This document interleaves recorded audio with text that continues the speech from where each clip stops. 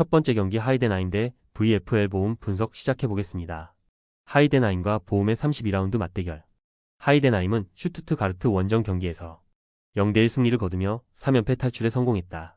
보움은 우니온 베를린과의 홈 경기에서 1대1로 비겼다. 홈 이점을 갖는 쪽은 하이덴하임이다. 하이덴하임은 올 시즌 강등권에 자리하며 힘겨운 잔류 경쟁을 벌이고 있다.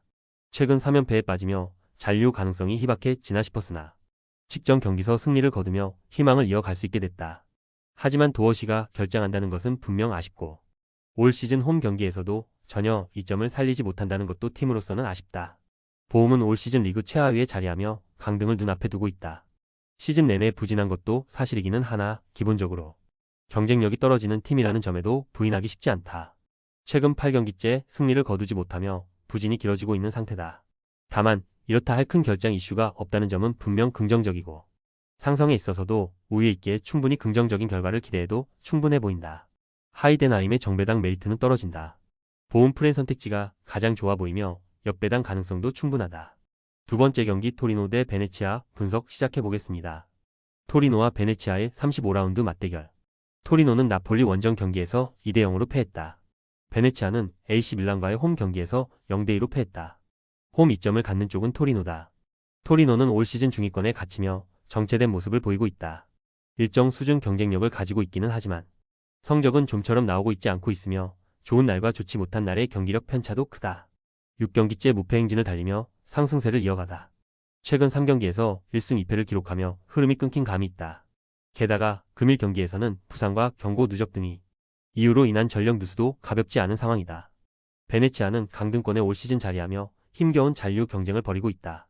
물론 시즌 내내 부진이 계속되고 있고 부상 이슈가 끊이지 않는 것도 아쉽다. 하지만 기본적으로 일부 리그에서 경쟁력 있는 팀이라 보기도 쉽지 않다. 물론 전력 자체는 토리노가 낮다 볼 수 있다. 홈 버프도 결코 무시할 수 없다. 다만 토리노 역시 최근 주춤한 것은 사실이고 전력 누수도 상당하다. 베네치아의 강등 버프 또한 고려하지 않을 수 없다. 토리노의 정배당 메리트는 분명 떨어지는 경기다. 접전 승부 끝에 두 팀은 승점 1점씩을 나눠 갖는 데에 그칠 것이다. 세 번째 경기 오지 니스 대 랭스 분석 시작해보겠습니다. 니스와 랭스의 32라운드 맞대결. 니스는 PSG 원정 경기에서 1대3 승리를 거두며 2연승에 성공했다. 랭스는 몽펠리에 원정 경기에서 0대0으로 비겼다.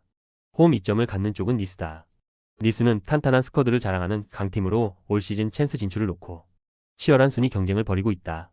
직전 경기에서는 무패 PSG에게 첫 패를 안기는 등 대단히 좋은 모습을 보여줬고 최근 3경기에서 2승 1무로 좋은 흐름 속에 있다.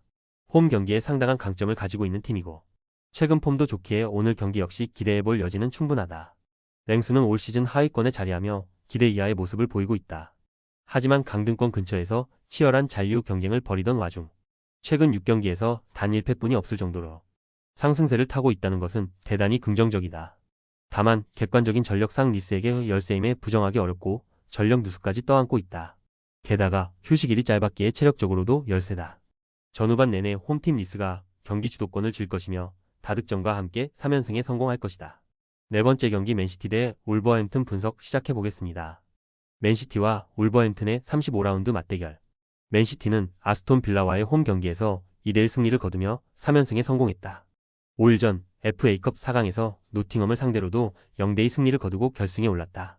울버햄튼은 레스터와의 홈 경기에서 3대0 승리를 거두며 6연승에 성공했다. 홈 이점을 갖는 쪽은 맨시티다. 맨시티는 자타가 인정하는 프리미어리그 최강팀으로 정상급 스쿼드를 자랑한다. 맨시티의 전력을 생각했을 때 올 시즌 성적은 분명 기대만큼은 아닌 것이 사실이다. 하지만 시즌을 거듭할수록 점점 우상향 곡선을 그리고 있는 것은 사실이며 챔스 진출이라는 확실한 동기부여도 가지고 있다. 다만 부상으로 인한 전력 누수가 가볍지 않다는 것은 분명 아쉽고 컵 대회 일정 후 휴식일이 짧았다는 것도 마이너스 요소다. 울버햄튼은 줄곧 최하위권에 자리하며 반등하지 못하다가 시즌 막판 무서운 뒷심을 보여주며 상승세를 타고 있다. 최근 6연승 포함 7경기째 무패 행진을 기록하며 강등권과의 격차를 크게 벌렸다. 최근 뚜렷한 상승세를 타고 있으며 분위기와 흐름, 에너지 레벨까지도 모두 좋다. 허나 전력상 맨시티에게 열세라는 점은 부정하기 어렵다. 맨시티도 마냥 쉽지는 않겠으나 그럼에도 맨시티가 승리를 거두는 데에는 문제가 없을 것이다. 다섯 번째 경기 라요 바이카노 대 헤타페 분석 시작해보겠습니다. 라요와 헤타페의 34라운드 맞대결. 라요는 AT 마드리드 원정 경기에서 3대 0으로 패했다. 헤타페는 레알 마드리드와의 홈 경기에서 패하며 3연패에 빠졌다. 홈 이점을 갖는 쪽은 라요다. 라요는 올 시즌 유럽 대항전 진출을 목표로 치열한 순위 경쟁을 벌이다가 최근 4경기에서 1무 3패에 그치며 우아양 곡선을 그리고 있고 자연스레 경쟁에서도 한 발 멀어지게 됐다. 헤타페 역시도 일정 수준 경쟁력 있는 팀임에는 분명하다. 특히 수비력에 있어서만큼은 리그 최고 수준의 팀이다. 하지만 공격에서의 아쉬움은 시즌 내내 계속되고 있다. 최근 3연패 포함 5경기에서만 4패를 당하는 급격한 하락세를 타며 대단히 아쉬운 행보를 이어가고 있다. 두 팀의 전력 차는 크게 나지 않는다. 올 시즌 성적에 있어서도 큰 차이가 없고 나란히 최근 폼도 좋지 못하다.